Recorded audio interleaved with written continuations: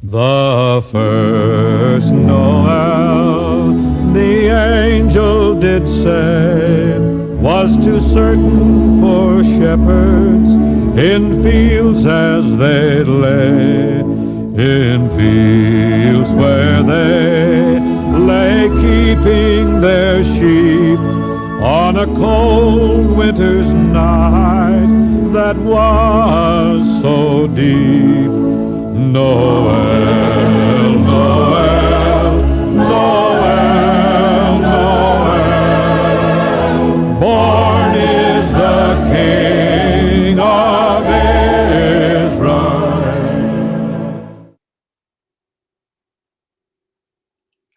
Good evening, and welcome to our performance of the world's best-loved Christmas story, A Christmas Carol.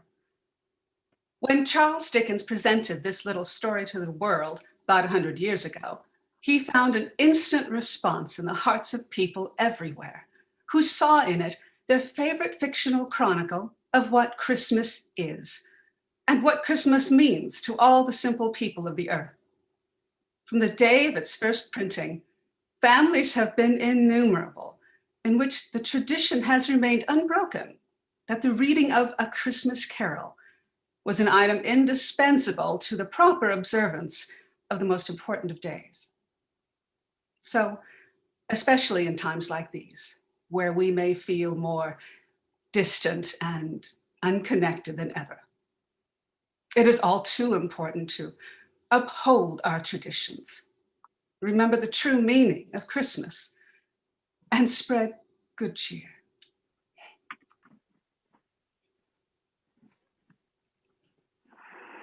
God rest you, merry gentlemen, let nothing you dismay.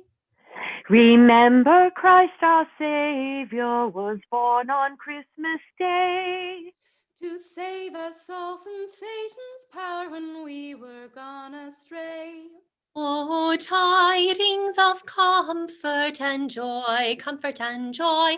Oh, tidings of comfort and joy.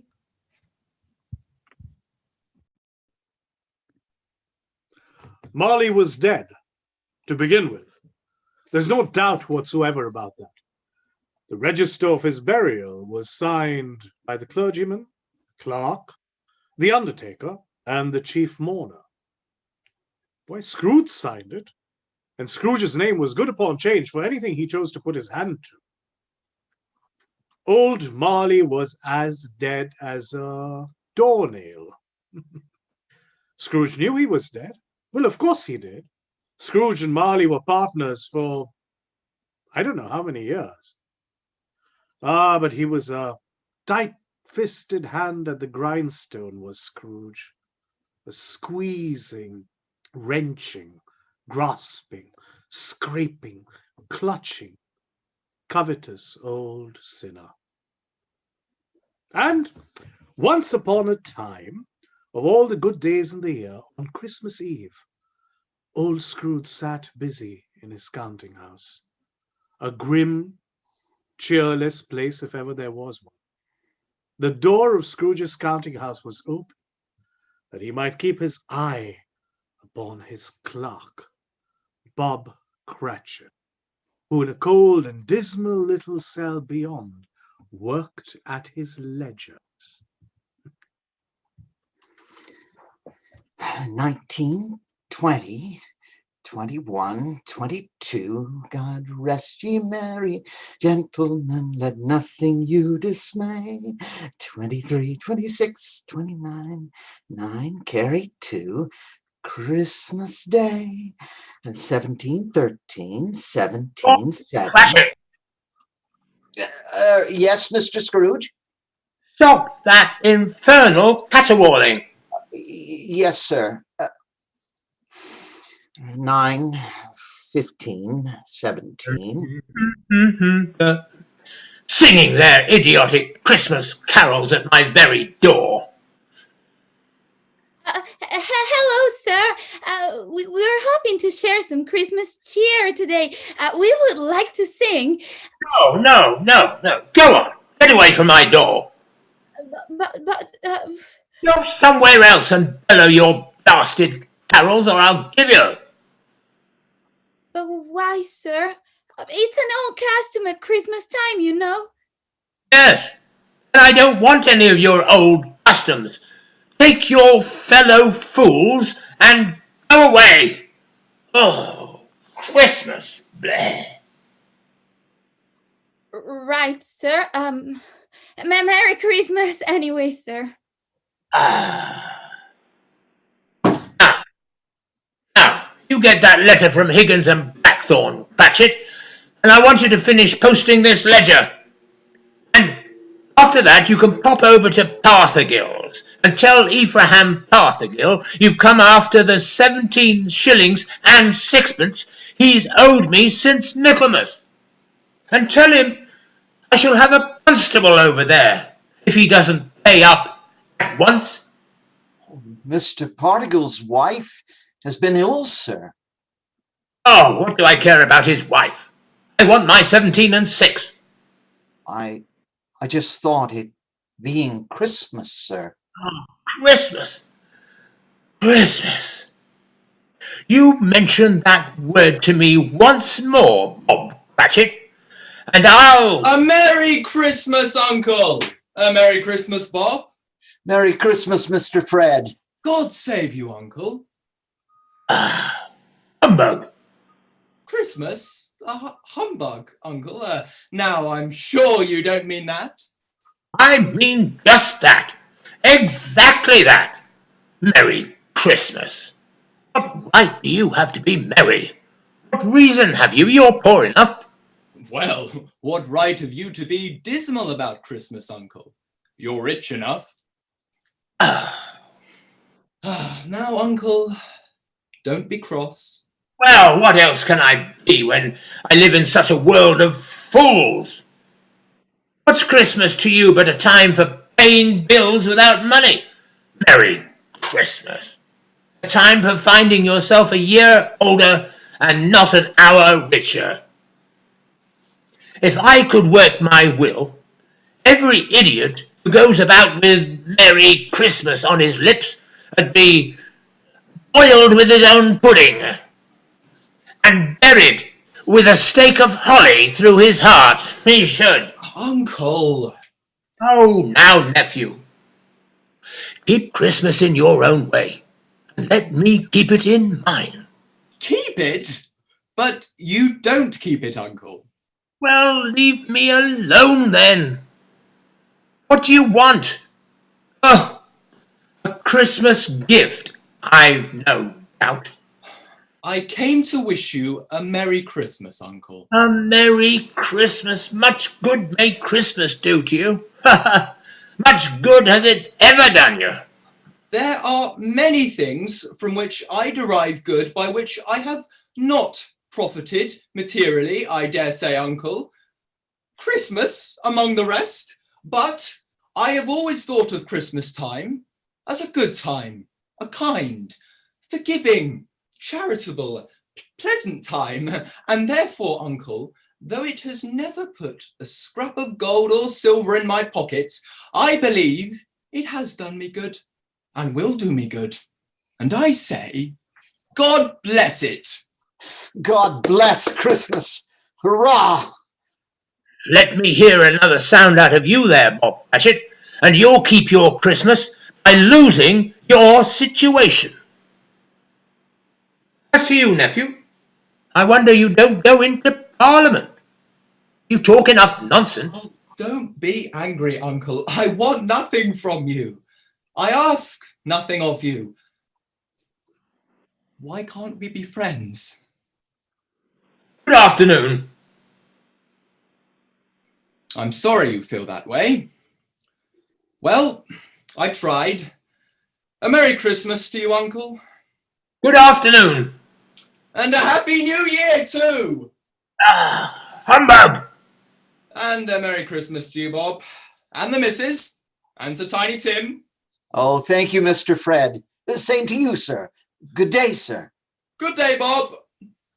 Nonsense. Flummery. Talking of Christmas and not 2 sixpences to jingled together in his trouser pocket. Hey, you there, Bob Cratchit, come here. What are you doing there? I'm only putting a bit more coal in the fire, Mr. Scrooge. Seeing it's so cold in there, sir. No, you put that coal back into the scuttle. A fire. A fire, indeed. I can tell you, if you use coal at that rate, you and I will soon be parting company, Bob Cratchit. You understand that?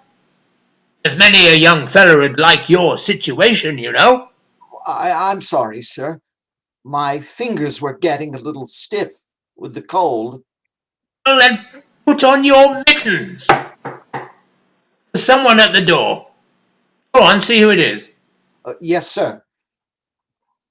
Good afternoon, sir. Good afternoon. This is the firm of Scrooge and Marley. Yes, sir. I should like to see the head of the firm, if I may. Oh, very good, sir. Who is it? A gentleman to see you, Mr. Scrooge. Huh? Have I the pleasure of addressing Mr. Scrooge or Mr. Marley?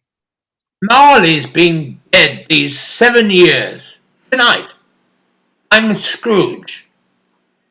Well now, Mr. Scrooge, at this season of the year, it's only fitting that we who are more fortunate should raise a fund to buy the poor some meat and drink and means of warmth. You may not believe it, sir, but many thousands are now in want of common necessities. Oh. And hundreds of thousands are in want of the simplest comforts, Mr. Scrooge. Are there no prisons? Well, there are plenty of prisons, sir.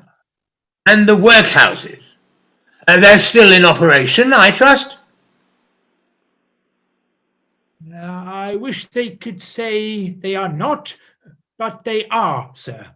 And the treadmill and the poor law are in full vigour, then? Both very busy, sir. Ah, well, I'm glad to hear that. I was afraid from what you said at first that something had occurred to stop them in their useful course. No, sir. All these institutions that you mention are flourishing, but it's nevertheless true that some additional provision for the poor and the destitute must be made. Ah! A few of us upon the change, Mr. Scrooge, are endeavouring to raise such a fund, you see. Now, what shall I put you down for? Nothing. Oh, I see. You wish to be anonymous, sir. I wish to be left alone. I don't make merry myself at Christmas time, and I can't afford to help make a lot of idle people merry. I help support the establishments that take care of the poor, and they cost enough. Let those who are badly off go there. Many can't go there, sir, and many would rather die. Then my advice to them is to do so and decrease the surplus population. Besides, I'm only your word for it that all this is so. It's the truth, Mr. Scrooge. Well, so be it then. It's not my business. It's enough for a man to understand his own business and not interfere with other people's. Mine occupies me constantly. Good afternoon, sir.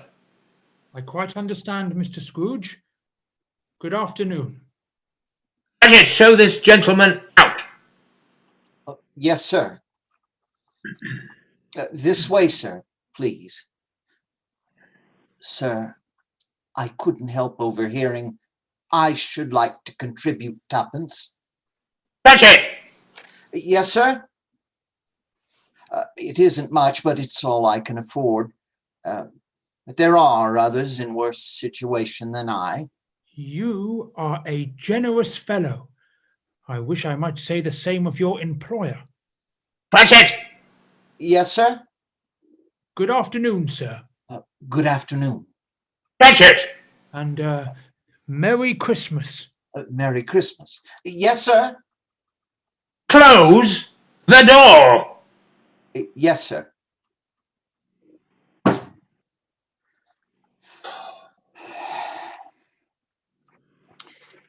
$24, 31, 1 carry 3. A new scarlet tippet for Tiny Tim. A comb for Martha.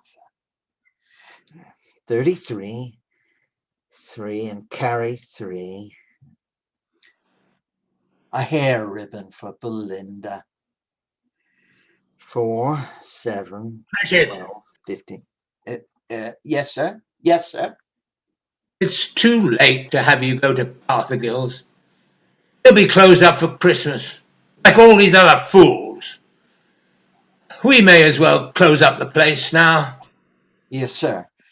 It is getting a little dark. Hard to see the figures. I suppose you'll want the entire day tomorrow. If it's quite convenient, sir. It's not convenient, and it's not fair either. But I suppose I can't do anything about it. If I was to stop half a crown of your wages, you'd think yourself very ill-used, I'd be bound. Well, sir, Yes, but you don't think me ill-used when I pay a day's wages for no work. It's only once a year, sir. Once a year indeed.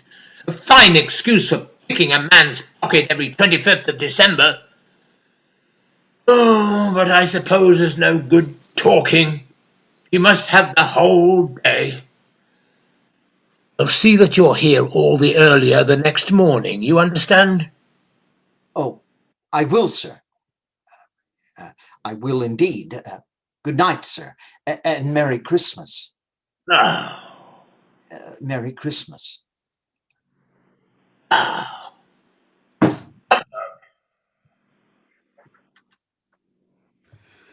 The office was closed in a twinkling, and Bob Cratchit, with the long ends of his white comforter dangling below his waist, for he boasted no greatcoat, went down a slide on Cornhill 20 times in honor of its being Christmas Eve, and then he ran home to Camden Town as hard as he could pelt to play with his family at Blind Man's Buff.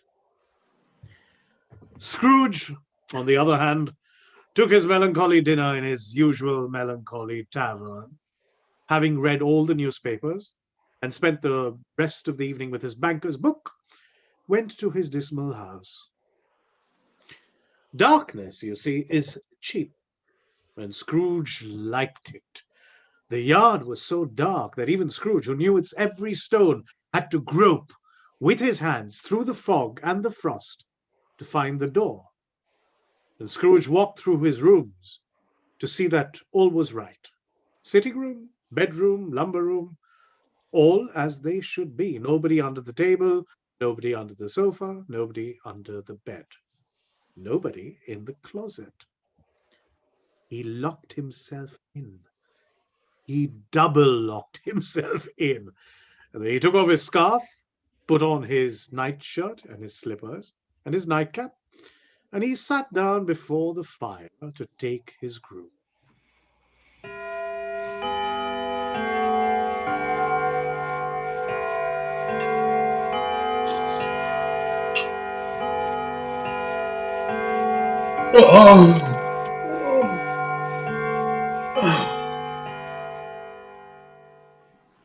Marley.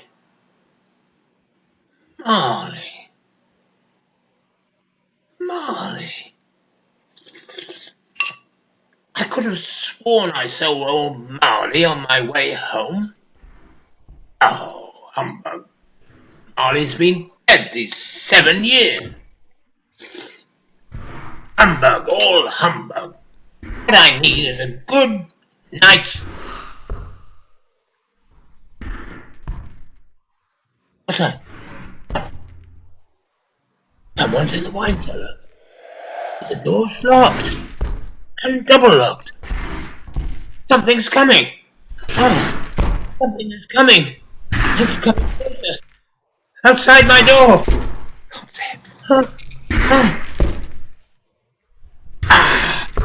I won't believe it. It's humbug still. Ebenezer Scrooge!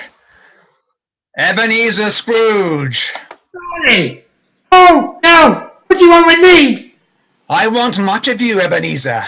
Who are you? Ask me who I was. What? Oh. You're very particular for a ghost. All right, then. Who were you?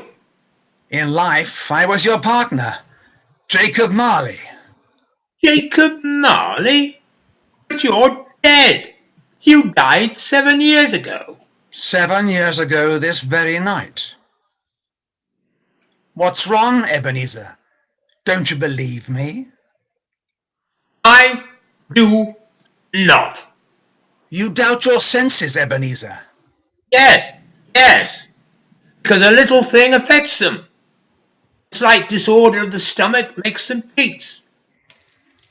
You can't be a ghost. You may be an undigested bit of beef, or a blot of mustard, or a crumb of cheese, a fragment of underdone potato.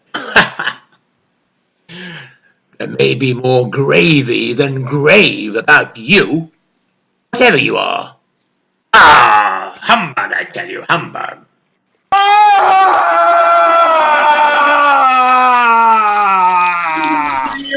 You are a ghost, Jacob. Oh. Thank you. Why do you walk the earth, Jacob? Why do you come to me? It's required of every man that the spirit will go abroad among his fellow men and travel far and wide to witness what it cannot share, but might have shared on earth and turn to happiness. Oh, but tell me, Jacob, what is that chain you wear around you? I wear the chain I forged in life. I made it link by link and yard by yard with my own free will. Is this pattern strange to you, Ebenezer? Cash boxes, keys, padlocks, ledgers, purses. Yours was as heavy and as long as this 7 years ago, Ebenezer. You have labored on it long since. Oh, Jacob, speak comfort to me, Jacob. I have none to give. I cannot rest, I cannot stay, I cannot linger. Weary journeys lie before me. You travel fast? Yes, Ebenezer, on the wings of the wind. Oh, 7 years dead and travelling all the time. 7 years, Ebenezer. 7 years of remorse. Ebenezer, do you know that there's no space of regret can make amends for one of life's opportunities misused? But you were always a good man of business, Jacob. Business! Mankind was my business. Charity, mercy, benevolence, they were all my business. The dealings of my trade were but a drop of water in the comprehensive ocean of my business. Jacob, don't take on so now, Jacob. Listen to me, Ebenezer. I'll listen to you, Jacob. Go on. Speak to me, but don't be so flowery.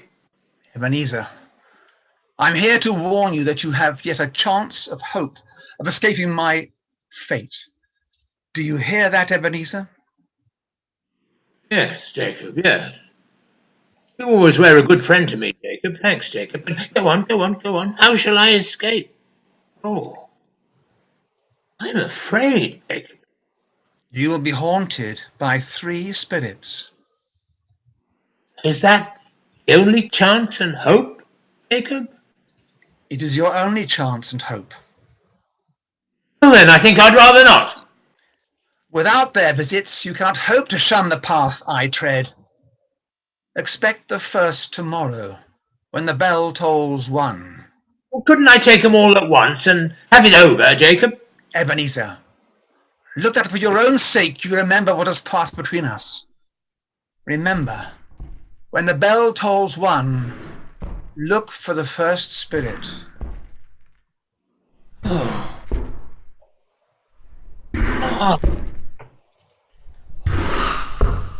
Jacob Marley.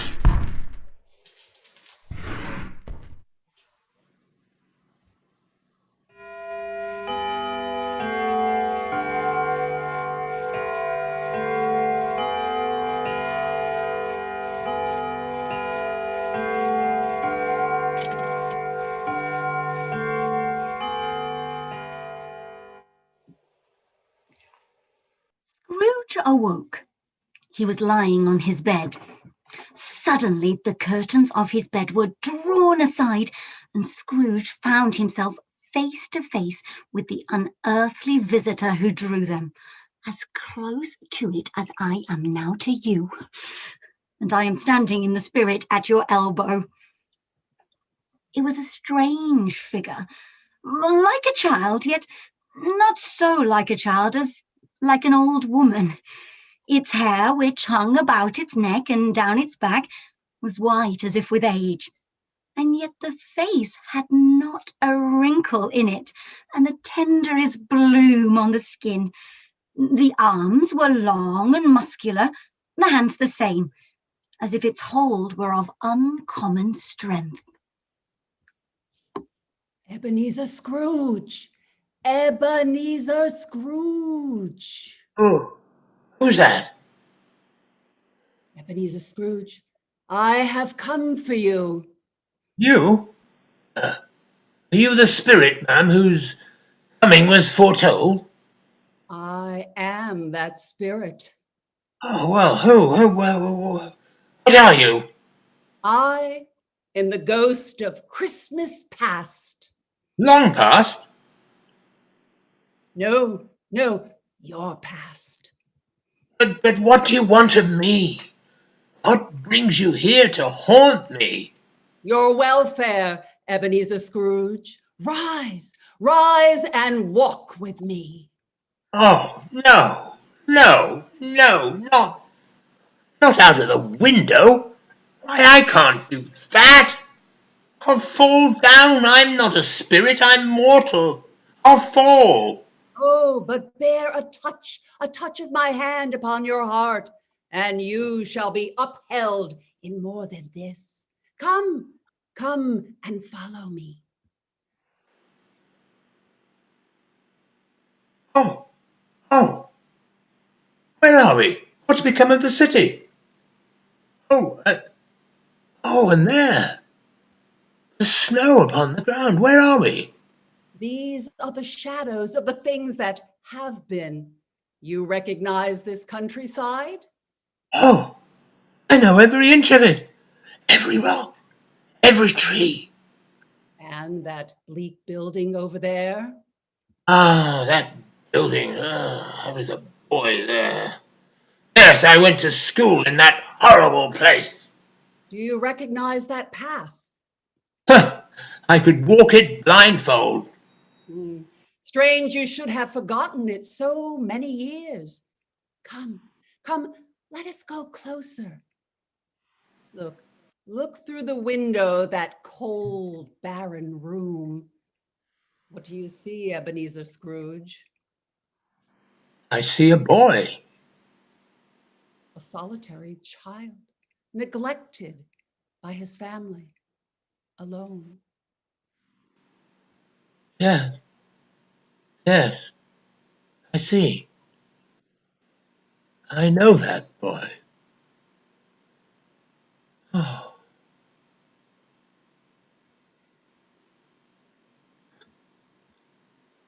I was so lonely. Poor boy. Your lip is trembling, Scrooge. And what is that upon your cheek? It's nothing, nothing at all. I wish I... Oh, it's too late now. What's the matter? Nothing, nothing.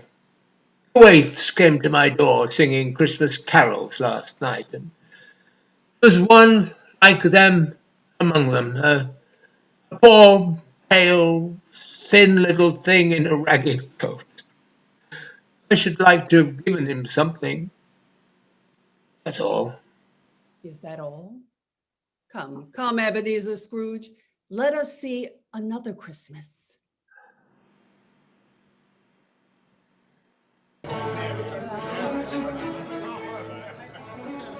You know this place, Ebenezer Scrooge?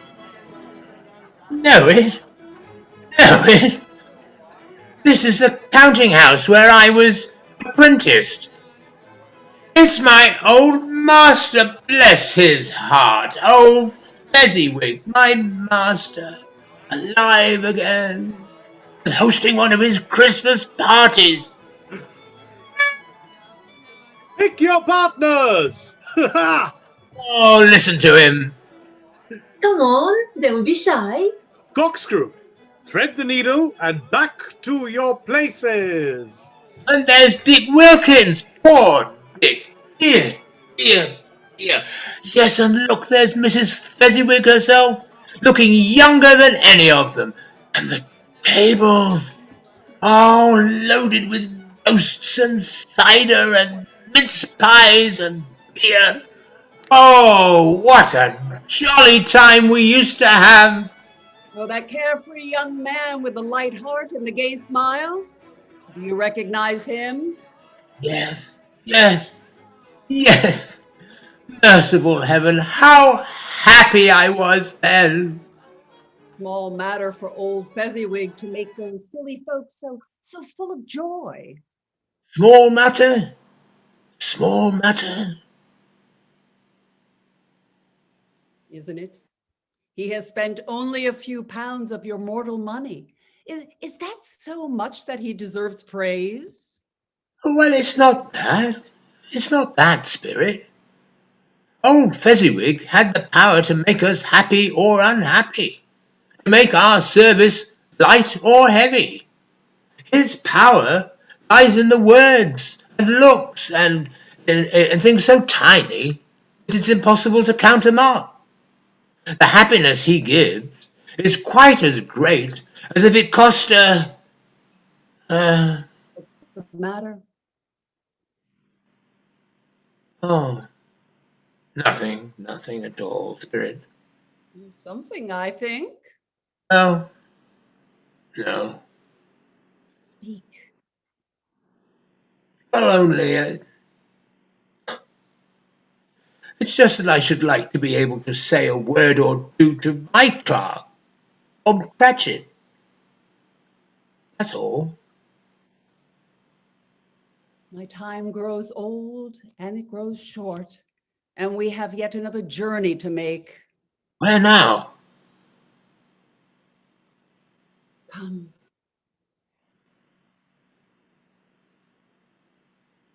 Come.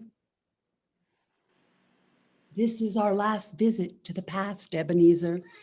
Here is the little room with a fair young girl by your side. Do you recognize yourself, Ebenezer? No, spare me this. You're older now, a man in the prime of life, and your face has begun to show the signs of care and avarice. Your eyes are greedy, the eager, restless eyes of a miser. No, please. She knows it too. That girl by your side, there are tears in her eyes.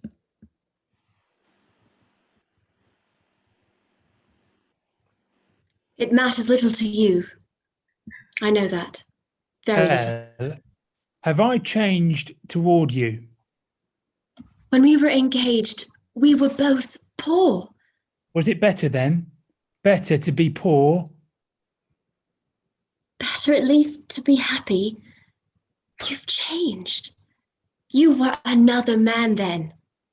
I was a boy. You blame me because I've grown wiser. Have I ever tried to break our engagement?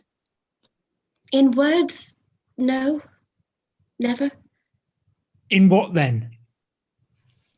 In a changed nature, in an altered spirit, in everything that made my love of any value in your sight. So I release you from your promise. Belle! Oh, it may cause you pain to lose me, a very brief pain, but it will soon be dim, like a half-remembered dream, an unprofitable dream, and you will be glad to be awake from such a dream. May you be happy in the life you have chosen, Ebenezer, for the love of one whom you once loved. Oh, that's enough. Show me no more. Take me home. These were the shadows of the things that have been, that they are what they are, and do not blame me.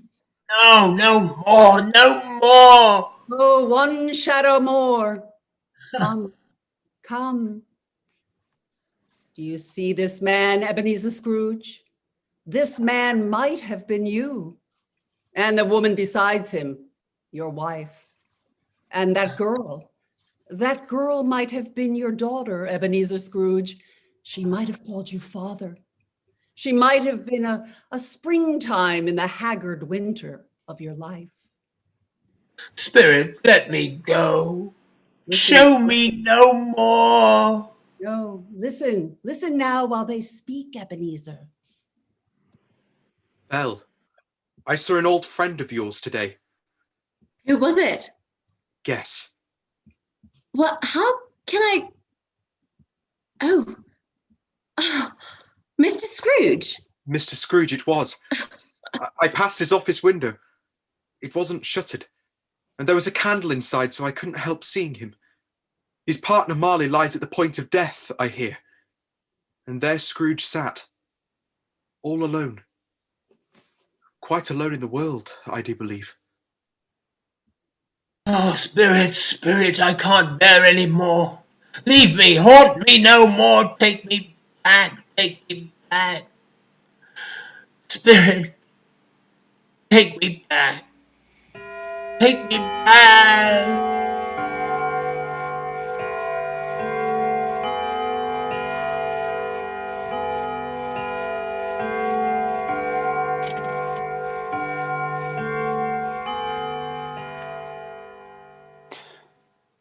On the stroke of one, Scrooge awakened suddenly and sat bolt upright in his own bed. He remembered the words of Marley's ghost and wondered from which direction the second spectre would appear. At that moment, nothing between a baby and a rhinoceros would have astonished him very much. Now, being prepared for almost anything, he was not by any means prepared for nothing. And consequently, when no shape appeared, he was taken with a violent fit of trembling. 5 minutes, 10 minutes, a quarter of an hour went by, yet nothing came. Then, as he sat in his bed, he became aware gradually of a great blaze of ruddy light, which seemed to shine upon him from the adjoining room. He got up softly and shuffled in his slippers to the door. Well, it was his own sitting room, no doubt about that. But it had undergone a surprising transformation.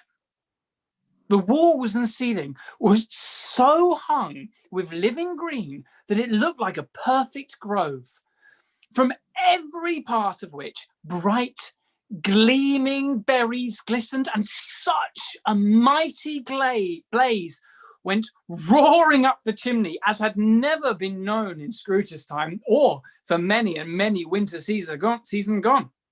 Heaped up on the floor to form a kind of throne were turkeys, geese, game, poultry, great joints of meat, sucking pigs, long wreaths of sausages, mince pies, plum puddings, barrels of oysters, red-hot chestnuts, and seething bowls of punch that made the chamber dim with their delicious steam.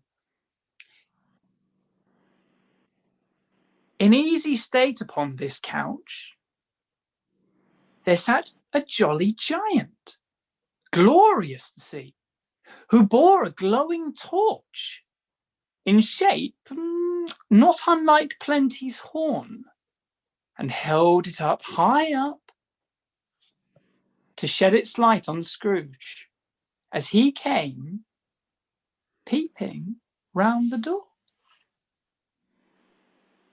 Come in! Come in, Ebenezer Scrooge, and know me better, man! Oh, I am the ghost of Christmas present. Look upon me. You've never seen the likes of me before. well, you're different from the other spirits. You're tall, almost a giant. And that great torch you carry. Its light pours into the homes of rich and poor alike. Spirit, take me where you will. Last time I went against my will and learned a lesson which is working now. If you have anything to teach me, let me profit by it. Touch my robe, Ebenezer Scrooge. Touch my robe. Oh. Where have you brought me now, Spirit?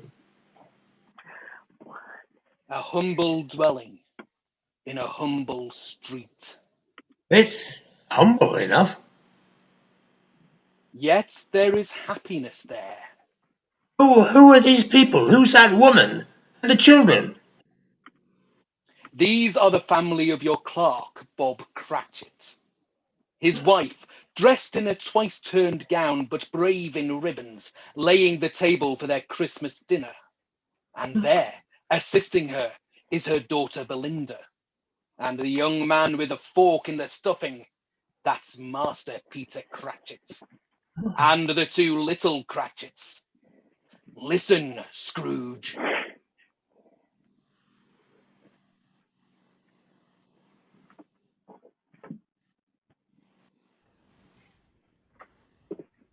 Mother, I'm home. Why, bless your heart alive, Martha, my dear. Merry Christmas to you. Merry Christmas, Mother.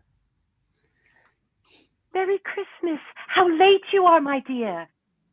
Oh, we'd have a deal of work to finish up last night, and we had to clear away this morning, too. Well, never you mind. So long as you're here now, sit ye down before the fire and have a warm, Lord bless ye. Where's Father? Oh, he's been to church with Tiny Tim. They'll be along directly. How is Tiny Tim, Mother? Any better at all? Sometimes I think he is, and sometimes I think, oh dear God, if anything should happen to Tiny Tim.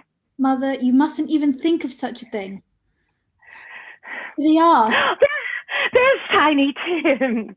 Merry Christmas, everybody. Martha, welcome, my dear. Merry Christmas, Father. And Tim. Merry Christmas, Martha. Oh, Tim, you darling. Oh, Father, I'm so glad to be home. And we're glad to have you, Martha. And how did little Tim behave in church, Bob?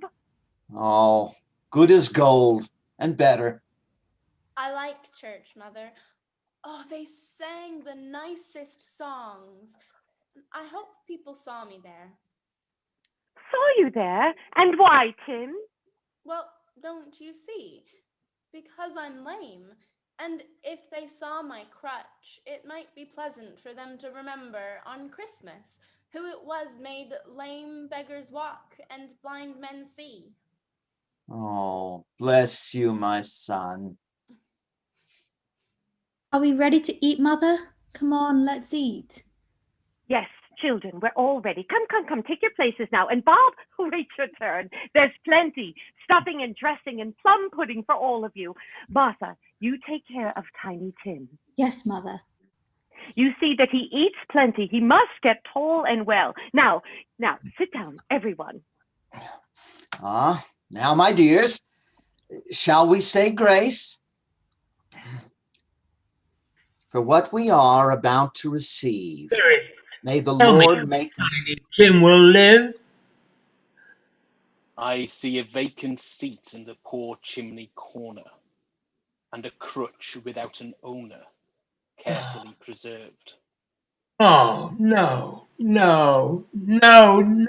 kind spirit. Say he'll be spared.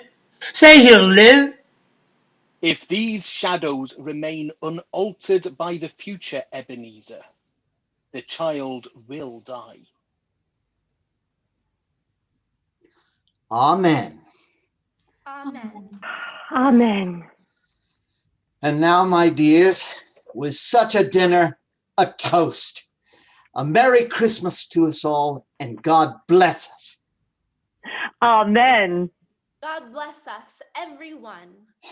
And now to Mr. Scrooge. I give you a toast to Mr. Scrooge, the founder of the feast. The founder of the feast, indeed, who pays you all of 15 shillings a week. I wish I had him here. I'd give him a piece of my mind to feast on, and I hope he'd have a good appetite for it. Oh, my dear, the children, Christmas Day. Well, it should be Christmas Day, I'm sure, on which one drinks the health of such an odious, stingy, unfeeling man as Mr. Scrooge. You know he is, Bob. Nobody knows it better than you, poor fellow. My dear, Christmas Day. I'll drink his health for your sake, and the day's not for his. Long life to him, a Merry Christmas and a Happy New Year. He'll be very merry and very happy, I've no doubt.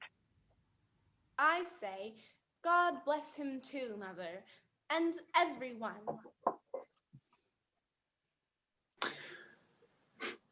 Well, there was nothing of high mark in all this. They were not a handsome family, these Cratchits. They were not well dressed. Their shoes were far from being waterproof. Their clothes were scanty and had known, very likely, the insides of a pawnbroker's. But they were happy, grateful, pleased with one another, and contented with the time. When at last they faded, Scrooge had his eye upon them, and especially on Tiny Tim, until the last. By this time it was getting dark and snowing pretty heavily. As Scrooge and the spirit went along the streets, the brightness of the roaring fires in kitchens and parlours was wonderful. It was a great surprise to Scrooge as this scene vanished, to hear a hearty laugh. It was a much greater surprise to Scrooge to recognise it as his own nephew's, and to find himself in a bright, dry, gleaming room with the spirit standing, smiling by his side and looking at that same nephew. He said that Christmas was a humbug. As I live, he believed it too. More shame for him, Fred. He's a comical old fellow, that's the truth, and not so pleasant as he might be. However, his offences carry their own punishment, and I have nothing to say against him. I'm sure he is very rich, Fred. At least you always tell me so. What of that, my dear? His wealth is of no use to him. He doesn't do any good with it. He doesn't make himself comfortable with it. He hasn't the satisfaction of thinking that he's ever going to benefit us with it. I have no patience with him. Well, I have. I am sorry for him, Peggy. I couldn't be angry with him if I tried. Who suffers by his ill whims? Himself. Always. Here, he takes it into his head to dislike us, and he won't come and dine with us. And what's the consequence? He doesn't lose much of a dinner. Indeed, I think he loses a very good dinner. Well, I'm very glad to hear it, because I haven't great faith in these young housekeepers. Do go on, Fred. He never finishes what he begins to say. He is such a ridiculous fellow. I was only going to say that the consequence of his taking a dislike to us is that he loses some pleasant moments which could do him no harm. I'm sure he loses pleasanter companions than he can find in his own thoughts, either in his mouldy old office or his dusty chambers. Your nephew seems a cheerful young man. Yes, Fanny's son. And his wife is very pleasant. Aye, that she is. Only yes and no. I don't know what that is. Oh, well, the person who it is must think of something, and the rest of us ask questions to which he can only answer yes or no. Who'll be it? I will! Of course. Who else? Our time is short. Oh, no. Here's a new game. Just 1/2 hour, Spirit. Just 1/2 hour. Oh, have you got it? I have. Ask away. Is it an animal? Yes. A live animal? Yes. Is it a lovely furry animal? Mm. Oh, a rather disagreeable animal. Yes. A savage animal. Yes. Is it an animal that growls and grunts sometimes? Yes. Does it live in a menagerie? No. Oh, is it a horse? No. Is it led about by someone? No. A bear? No. A dog? No. Cat? How about a lion? Or a tiger? I'll get it. Let me see. They can't hear you, Ebenezer. It's not furry. Is it an ass? Sometimes. Does it walk on 4 legs? No. Does it walk on 2 legs? Yes. I have found it out. I know what it is, Fred. I know what it is. What is it? Your Uncle Scrooge. It is indeed. Oh, no. Although, Fred. No. And how is that?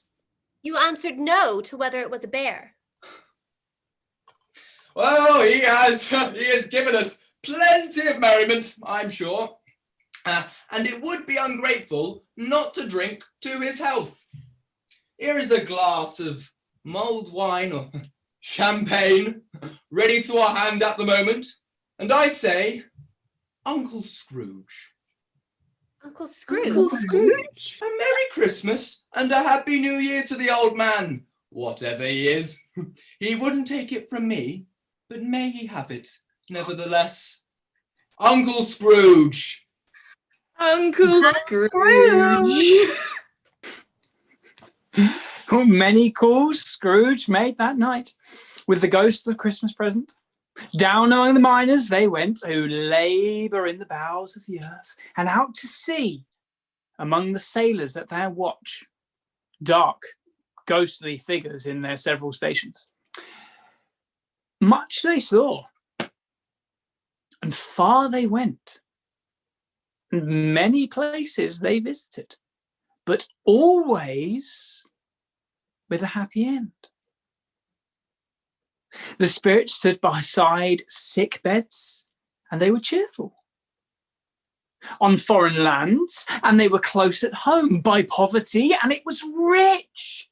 In almshouse, hospital, and jail, where vain man in his little brief authority had not made fast the door and barred the spirit out, the spirit left his blessing.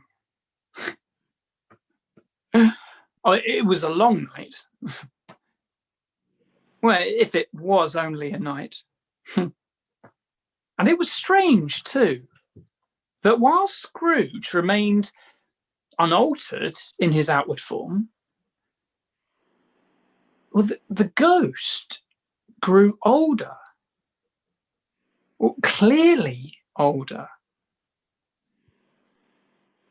My life upon this globe is very brief, Ebenezer. It ends tonight. Tonight? Tonight at midnight. Hark!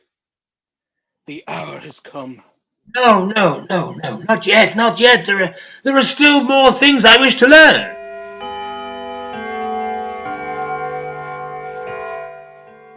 These you will learn from still another spirit. Oh. Still another spirit, Ebenezer.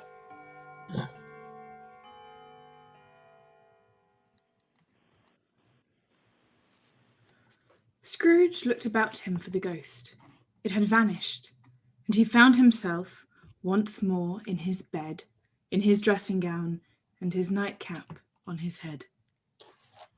He heard the clock strike, and then he remembered the prediction of old Jacob Marley, and, lifting up his eyes, he beheld the third spirit, a solemn phantom, shrouded in black, draped and hooded, coming towards him slowly and silently, like a mist along the ground.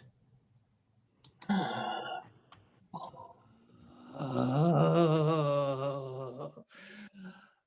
know you. You are the ghost of Christmas yet to come. You'll show me the shadows of things that have not happened, that will happen in the time before us. Answer me, spirit, ghost of the future.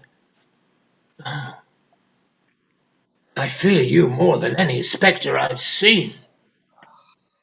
Yet I know your purpose is to do me good, and as I hope to live to be another man from what I was, lead on, lead on. The night's waning fast and time's precious, spirit. Oh, why have you brought me here again?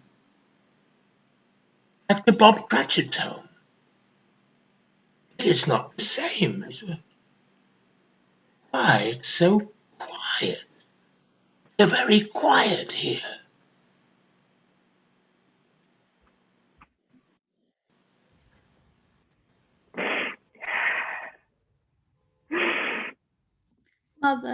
Mother, please. Oh, my son. My little son, Tiny Tim. I loved him so. Oh, Mother dear, you mustn't. It's almost time for Father to be home. Don't let him see you crying. Yes, Martha. He's late tonight. He walks slower than he used to. And yet I've known him to walk very fast indeed, with Tiny Tim on his shoulder. So have I, Mother. But he was light to carry. And his father loved him so that it was no trouble. Bob! Good evening, my dear. You're late, Bob.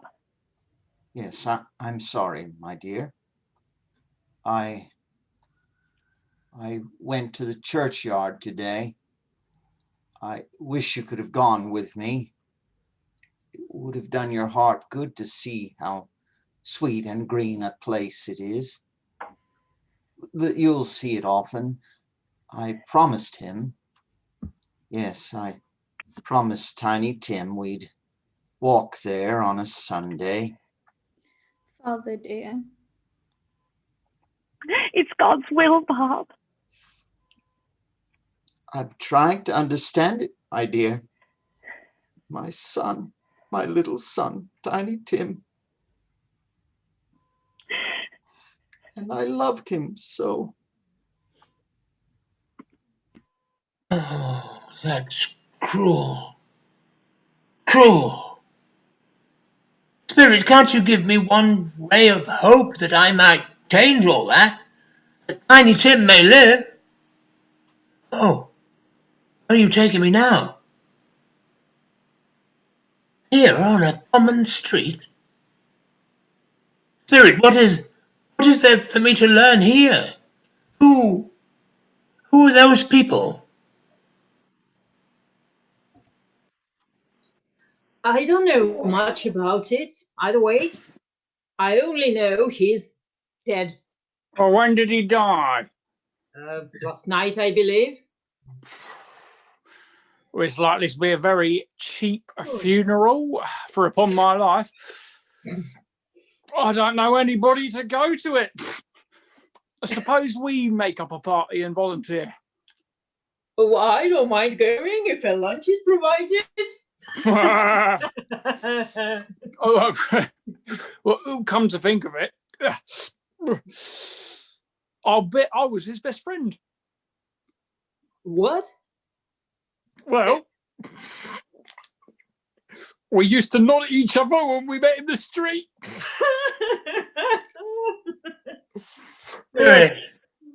Spirit, help me. Who is this man that died? Is there no one to mourn the poor creature? No one to follow him to the grave? Oh, perhaps they'll give him a green grave, at least, like poor Tiny Tim. Perhaps, Spirit, where are we now? Oh, merciful heaven, a churchyard, overrun by grass and weeds, choked with too much burying, desolate, lonely, crumbling gravestones. Spirit, before I draw nearer to that gravestone, answer me one question. Are these the shadows of things that will be, or are they the shadows of things that may be only? Huh? Will you not speak to me, Spirit? What is that grave to which you point? Oh, now I see it. There's writing on that stone. The name on the gravestone is Ebenezer Scrooge. Ebenezer Scrooge. Oh, no. No, Spirit, no. Hear me, I'm not the man I was. Why show me this if I'm past all hope? Tell me that I can change these dreadful shadows you've shown me by an altered life. I'll honor Christmas in my heart. I'll try to keep it all year. I'll live in the past, the present, and the future, and I'll not shut out the lessons that they teach. Tell me, Spirit, oh, go on, tell me that I can sponge away the writing on that stone, Spirit. I beg you, Spirit. I beg you, Spirit. I promise you on my knees, I promise. What? What's this? Oh, I'm in my room, in my own bedroom.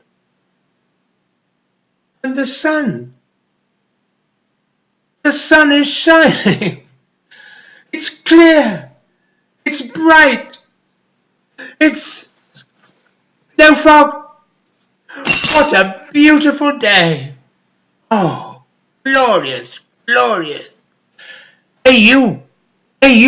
Yes, you there. Yes, sir? What's today? What's that, sir? What day is it today, my fine fellow? Today? Why, it's Christmas Day, sir. Ha ha! Christmas Day, then I haven't missed it. The spirits have done it all in one night. All in one night. Heaven be praised. How's that, sir? Listen, my lad. You know where the poulterer is? In the next street? I should say I do. Ah, an intelligent child, a remarkable child. Tell me, do you know if they sold the prize turkey that was hanging in the window? The one as big as me, sir? What a delightful child. It's a pleasure to talk to you. Yes, my duck. It's hanging there now, sir. Oh, that's wonderful. Go down, will you, and tell them to send it to Bob Cratchit and his family on Broad Street. And mind you, they're not to know who paid for it. Go along, hurry, hurry, my child. Oh, here's £half-a-crown for your trouble. Yes, sir. Yes, sir. And a Merry Christmas, sir. Ha ha! And a Merry Christmas to you, my child. Oh, I don't know what to do. I'm as light as a feather, as happy as an angel. I'm as merry as a schoolboy. Merry Christmas! Merry Christmas to everybody, and a Happy New Year to all the world.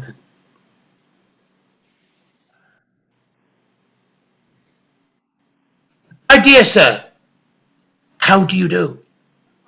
I beg your pardon? Well, you, sir, aren't you the gentleman who came to my office in regard to that charity?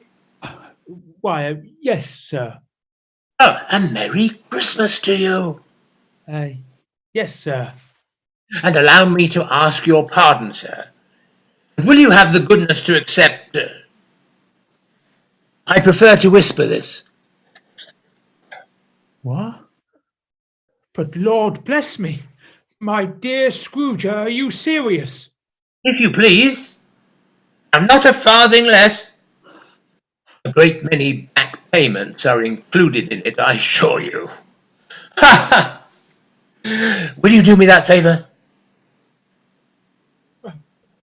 My dear sir, I don't know what to say to such munificence. Ah, don't say anything, please. Come and see me. Will you come and see me? I will. I will indeed. Thank you. I am much obliged to you. I thank you 50 times. Bless you. Merry Christmas.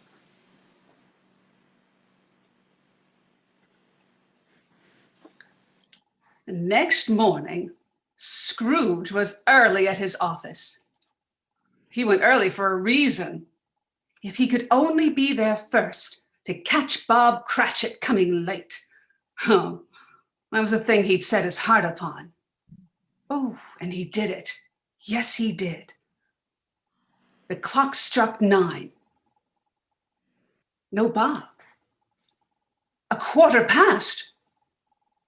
No Bob. Scrooge sat with his door wide open that he might see him come in. And at last he came. And his hat was off before he was through the door, his comforter too. And he was on his stool in a jiffy, driving away with his pen as if to overtake 9 o'clock. 15 and 21, 6 and carry the 1, 24 and carry the 2, 31 and 8. Oh! 9. Cratchit! Yes, sir? Step this way, Cratchit, if you please. Cratchit, what do you mean by coming in at this time of day? Why, I am very sorry, sir. I am behind my time. You are, yes, I think you are. Oh, it's only once a year, Mr. Scrooge. It shall not be repeated. I was making rather merry yesterday, sir. I'll tell you what, my friend. I'll not stand this sort of thing any longer. And therefore, Bob Cratchit, I'm about to raise your salary.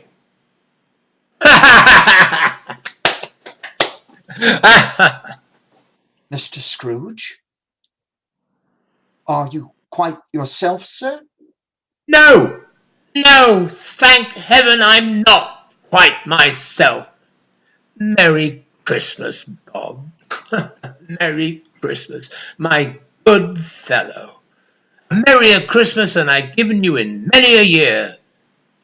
I shall raise your salary and we'll see what we can do for Tiny Tim and the rest of your family.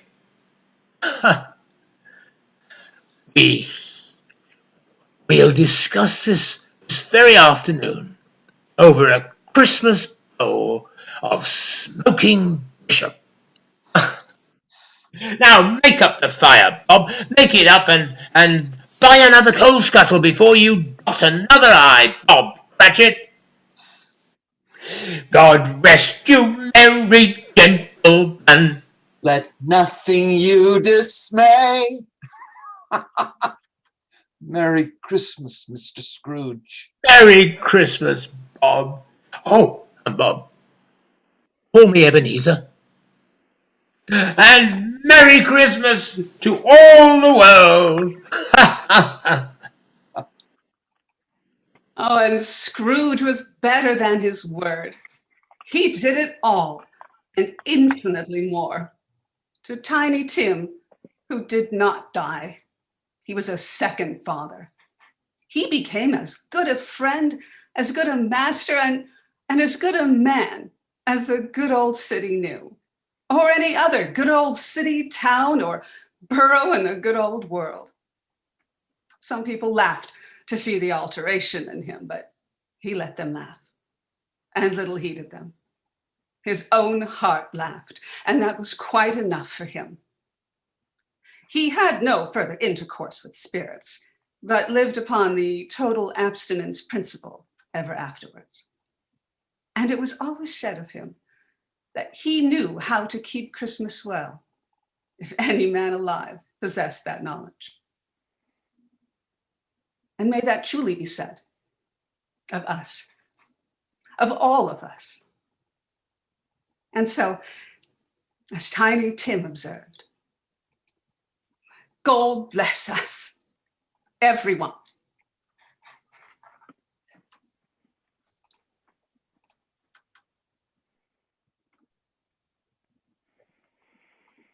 Joy to the world, the Lord is come. Let earth receive her King. Let every heart prepare him room. And heaven and nature sing, and heaven and nature sing. And heaven and nature sing.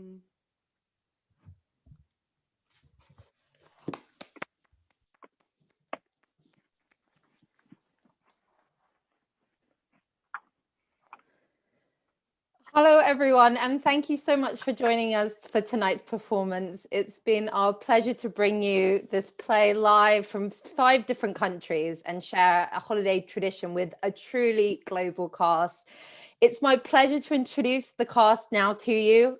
Carola and Minnie was played by Ilaria Diotovelli. Hello, I'm Ilaria. I'm streaming from Rome, Italy. I am an actress and literature student, and thank you all and Merry Christmas.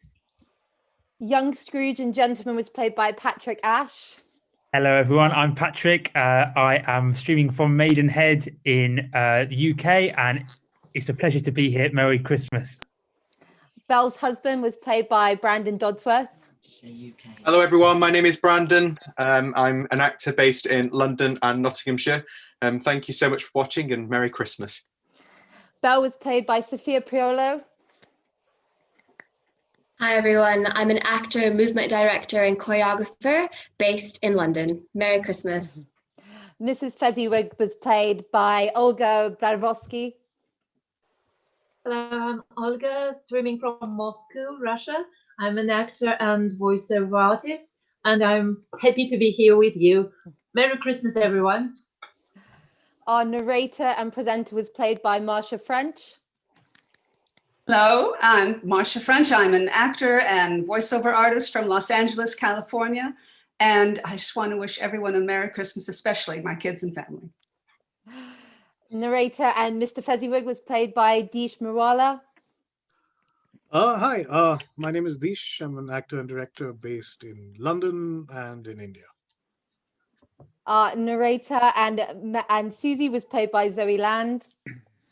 Hey everyone, I'm Zoe. I'm streaming from the south of France in Nice, and I'm an actor. Narrator and Man 2 was played by Harry Winterbottom. Hi there, I'm Harry. I'm an actor and professional tiddlywink practitioner, and I'm from Milton Keynes in England. Amazing. Narrator and Clara was played by Eleanor Naylan. Hello, I'm Eleanor. I'm an artist and performer, and I'm currently in Montreal, Canada. Happy holidays to everyone. Peggy was played by Mariana Nagorski.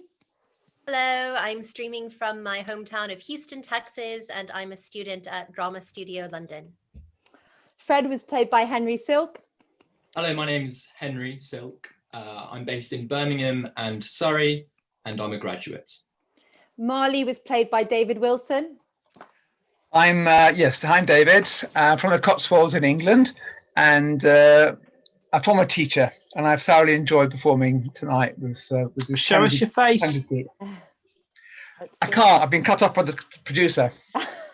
Bring him back on. No, we're going to bring him back on. David, can you join us? Let's see. It's Let's see. We'll go back. Come back to David. Okay. The Ghost of Christmas Past and The Ghost of Christmas Future is played by Nancy Winnicor. Hi there, Nancy Winnicor. I'm streaming from Providence, Rhode Island, here in the USA. And I'm an actor here in the Rhode Island area. And it's a pleasure to be here. It's warmed my heart. It's made the spirit of the season be real. And may you not see ghosts of anything except good cheer. The Ghost of Christmas Present was played by Chris Brosnan. Hi, I'm Chris. I'm a writer, actor and filmmaker in North London, where I'm currently in lockdown and unable to be with my family in Ireland, who I know are watching, so Merry Christmas. Tiny Tim was played by Hannah Okenden. Hi, I'm Hannah. I'm an actor from Canada, currently in Bologna, Italy. Merry Christmas. Martha Cratchit and Boy was played by Lydia Klein. Hi, I'm Lydia Klein. I'm streaming from London, UK. Merry Christmas, everyone. Mrs. Cratchit was played by Elizabeth Dennerly. Hi, I'm Elizabeth Dennehy, and I'm streaming from Los Angeles, California. I'm an actress and an educator. Bob Cratchit was played by Paul Ulger. I'm Paul. I'm streaming from Southern California, and I'm an actor and a classical music enthusiast. And that leaves Scrooge, who was played by Henry Graham Murray. Hello, I'm Henry. I'm an actor and director and producer, and I live in Los Angeles. And I've had such a wonderful time with this fantastic cast. We've had so much fun, haven't we? And Merry Christmas to everybody. Amazing. And I think to echo Tiny Tim, God bless us, everyone. As those who know some of our other performances, charitable giving is always sort of key to these online shows that we do. It felt fitting this year with A Christmas Carol to raise money for a Christmas campaign to help those who may be in need this Christmas. So there is a link to donate below. It all goes to a wonderful cause. I'd also like to thank Steph Ralph for giving us this wonderful illustration for our marketing material, and also for Gavin for always helping work on these productions with me. And thank you all for joining us, and Merry Christmas.